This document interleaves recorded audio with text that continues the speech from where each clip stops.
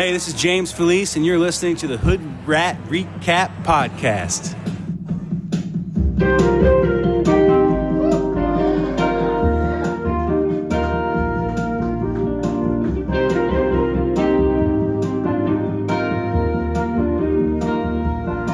Well, the gangsters throw preludes, so this one we call White Tiger. Worth parking. Scene report. So Gaspar, you just saw the show last night, the Craig Finn solo show last night. I saw it a week and a half ago. What are your thoughts? Yeah, so went to Le Poisson Rouge last night to check out Craig Finn and the Band of Forgiveness. And I got to say, they were really, really good. I didn't catch the names of everyone in the band, but Nelson Devereaux is a part of, He's the man. Which he was touring with Craig a while back. These are all musicians from Minnesota that he's played with here and there and decided to put this band together. So just to kind of give you an idea of what it looked like, it was Craig and Nelson's on keyboards and sometimes sax and clarinet. And then there is two other guys, like I said, I can't remember their names. One's a guitarist and one is also on keyboards and kind of sound effects. The weird part about this show is they played it in the round, which, Kev, you're very familiar with the clubs around by us. I've been to Le Poisson Rouge before, and it was not set up like that. It was a seated thing with a stage. Have you seen them do this frequently at all, the round in Le Poisson Rouge? No, I've not seen it at all. And it's funny that you said that, because when you asked me, I'm like, it's such a small room. For people that don't know, Le Poisson Rouge is not a big space at all. So to set it up in the round means you're kind of like really tweaking the real estate, because all the times I've been there, it's been an end stage show, people looking one way. So it's a weird to think that that room in the round actually worked. I thought the same, because so the setup is where the stage normally is where they had this riser for people to stand. And that was like, I guess, the second tier ticket or a VIP spot. I had bought GA, and the stage is right in the middle of the bar. So even weirder than that is they face the front of the stage towards that riser, leaving maybe 10 feet between the front of the stage and the riser. And all your real estate is behind the stage, back going towards the bar. So the vast amount of people watched from the back of the show, which was weird. So I thought it was a weird setup. I thought it definitely, you sell less tickets that way, which I don't know if that was indicative of how many tickets they were able to sell or if this is just something they were trying. But so when they did it in the round, did the band just play one direction? So yeah, it's because like there's venues here in New York, as we know, like a place like Westbury, the stage rotates. If you see it in an arena, most artists that are doing shows in the round, or even Metallica lately, like they know to play to the whole space because it is. So you saying, and again, Le Poisson Rouge is very small. So I think it might be 150, 200 people cap. I don't think it's very big. That sounds about right. You know, so seeing that in the round is almost weird, because the other part too is, what is the audio like? Because usually PA systems in clubs like that are built static in a certain location. And I thought in Le Poisson Rouge they were, unless they changed it for this setup. They must have, because I got to say, the sound was great. It really was. But yeah, I think there was efforts made to kind of acknowledge the other parts of the room, but for the most part, he was playing forward. So I had a great spot because I was right in front of Mike. So James Felice opens up the show. He's from the Felice brothers. He was interesting, different than what I would normally go see for myself. He's kind of got a lot of vibrato in his voice, which was weird, but he's hysterical and very funny. Kind of doing like this keyboard and sometimes accordion, like tongue-in-cheek songs. And when we saw him, I want to give Fur credit for this. He called him Robin Thicke, and I was like, yeah, play Blurred Lines, because he looks like Robin Thicke. Yeah, he does look like Robin Thicke. That's funny. We got a lot of songs from the new record, which is not surprising. He kicked off the show with Fletcher's, which I thought was a very interesting choice. But I could see why, because it gave him the ability to, you have these two guys playing keyboards and sound effects, and that's what Fletcher's is, that beginning, like kind of weird, dreamy kind of sound. And then Craig's able to walk up on stage, take the mic and start into the song. They do play all three talkie songs. We got that. We got Messing with the Settings, and of course he doesn't end with God is in Chicago, but plays it second to last. So I mean the non Always Been songs were Amarillo Kid, Due to Depart. He plays Preludes, which was like one of the only songs from the earlier records, which I thought was a little surprising. And he plays Curtis and Shepherd. And everything else was pretty much. Oh, and Never Any Horses. We got Never Any Horses too, which was I thought very good. think the set list has been static and kind of staying the same because I got the same set list. Okay, I kind of got the impression from looking online. It's been the same. They even had the. So if you saw earlier iterations of the set list, there was stage directions, like from people posting online. So like literally it says hold C and then Craig's going to start strumming into the next song or whatever it is. Those are still what the set list looks like, which I thought was interesting because this is what their 15th show or so on that. Yeah. Right. Yeah. Well, and I was going to say sometimes though and again, it's nothing against the musicians, but this is a bunch of players that don't usually play with him. So maybe they just had to choose the songs they could learn and put together. It's like with the Hold Steady band, they know everything and they could kind of call audibles on the fly. But, this is like sort of a super group per se, where he's like grabbing folks that may not be his usual crew.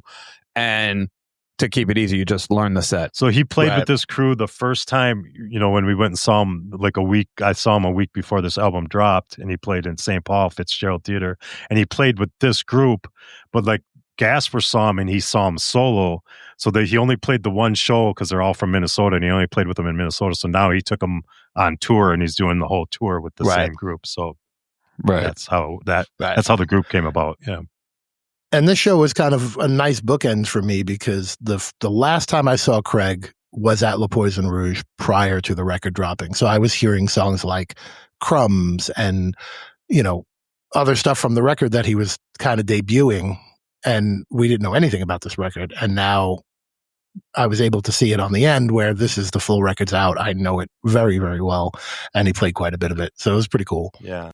Did he play Messing with the Settings with James Felice? Because I've seen that on a few set lists where he's come out. Did that happen? Yeah. Yeah. So he plays accordion on that, which is really cool. I like the way he plays accordion. He does. So James does a song in his own set where the accordion is being played and it's almost percussive.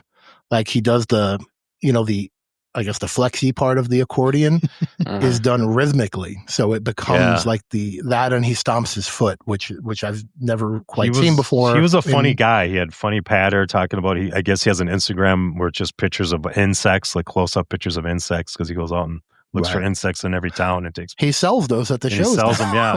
So he's a very interesting guy. Would you say it was sold out? The crowd was pretty dense. I would imagine it was sold out. I didn't check to see if it was or not, but I think it was. Yeah. At my show, I think I got a ticket late. I bought a ticket the day of for a friend. Yeah. Did they have merch and stuff? Does he have like Craig Finn solo merch? Yeah. So that was one of the not quite a bummer, but like I went to the merch table and I'm like, yeah, I got everything. it's I tried to get the book and it was sold out because I still don't have I don't have the physical copy of the book yet. And I tried to. I wish I would have known they were there and they were signed. I would have picked one up for you. To get, yeah. No. Nah. See? But great show. So maybe that just means you buy too much merch. Yeah. If you have everything, if you go to somebody's merch booth and you're like, I can't throw $25 down, that means you bought too much. Dude, I just went through my t-shirt drawer because we're like donating some clothes and stuff. I'm embarrassed to tell you how many Hold Steady shirts I have. We might have to do a whole flashcast just on your wardrobe. Yeah. And like ones that like they don't even fit anymore, but I'm not. We haven't done them. We haven't done an episode on merch yet. That's what we get. We'd have to bring Josh. We'll have to have Josh back for that. We could bring Josh back for that. You know what? It'd be interesting to see, especially as we're getting into the business of the Hold Steady. It'd be interesting to know if he's cool with it. We should ask him to do stuff on their merch business because I bet it'd be pretty an interesting look about that. Yeah. On these little shows, Geb, how many items would you say Craig has to sell? Is it like I could tell you exactly what he had. He has the Always Been Craig Finn t-shirt. He's got the hat that's based off of the Natty Light hat that he found at the truck stop.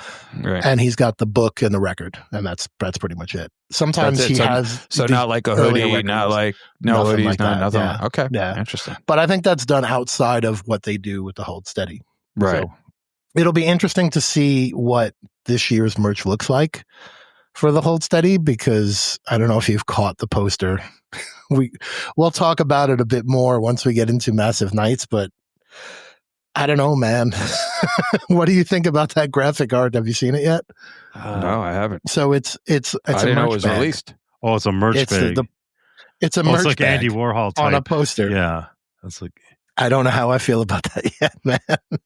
And the poster is of a merch bag? That's just like, okay. Yeah, it's kind of Andy Warhol looking. That's right. Yeah. I was a little bummed when I saw it. But we'll see. You know me, I'll probably buy the shirt and everything anyway. I'm sure you will. Okay. All right. Well, so the next thing we're going to have up will probably be our lead into Massive Nights, but our very next episode, why don't you guys tell them a little bit about our next episode? So we brought the guys from the Or Is It podcast. They do movie reviews like that. I know they had you guys on to do Slacks. That's the kind of movies they do. It's Slacks is a movie about killer jeans, and it's got 3 X's. And so that's the kind of movies they usually do. So we brought them on to talk about Stuck Between Stations, a 2011 movie that's getting 63% on Rotten Tomatoes. I mean, but you guys said there's only 5 reviewers. But I know 4 reviewers. We were more reviewers. I didn't get to 63 than out they of 4. actual reviews. How does the math work? Yeah, it's just a weird average on Metacritic. But the other thing we did too, which was really a lot of fun, was they didn't know the band. So we had put up a poll. We had asked the community what songs they thought. Funny enough, Mike's pick and my pick were in the top picks. Gaspar's pick was nowhere to be found. But because of that, to make it easier for our guests, we took the top 3 songs and presented them to the guys and let them listen to it. And it was Stuck Between Stations, Sequestered in Memphis, and Constructive Summer. Right. And we talked about that with them too, which was a lot of fun, because it's always fun to hear people's reactions that have never heard the band before, and you guys will get to hear that too. Yep. So that was our way of trying to get them to lay down next to the pod and become one of us. So you check out our next episode and you will get to hear how that went. But for now, that's going to be your scene report for the Craig Finn Show at Poisson Rouge. I'm Gaspar. That's Kevin. That's Mike. And us guys and all you guys and gals. We are all the Hoodrat Recap. A killer party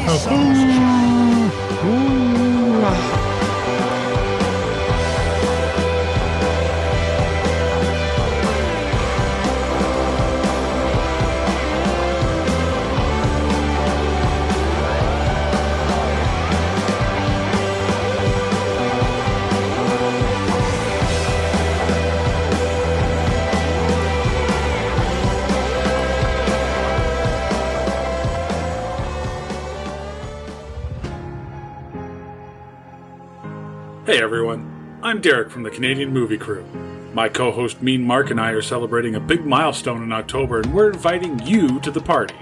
You're hereby officially invited to the Or Is It Movie podcast, month-long, over-the-top, tongue-in-cheek, self-indulgent celebration of awesomeness. We're celebrating our 300th episode with a month-long festivity blowout of special episodes including bloopers, behind-the-scenes discussions, audience questions, games, special guests, and most importantly, fun. We can't wait, and we want you to join us. Find us on Spotify, Apple Podcasts, and everywhere else you download your favorite podcasts. And the best part? You don't have to be Canadian to join in. It's the Or Is It Movie podcast, month-long, over-the-top, tongue-in-cheek, self-indulgent celebration of awesomeness, coming October 2025. Hope to see you there, eh?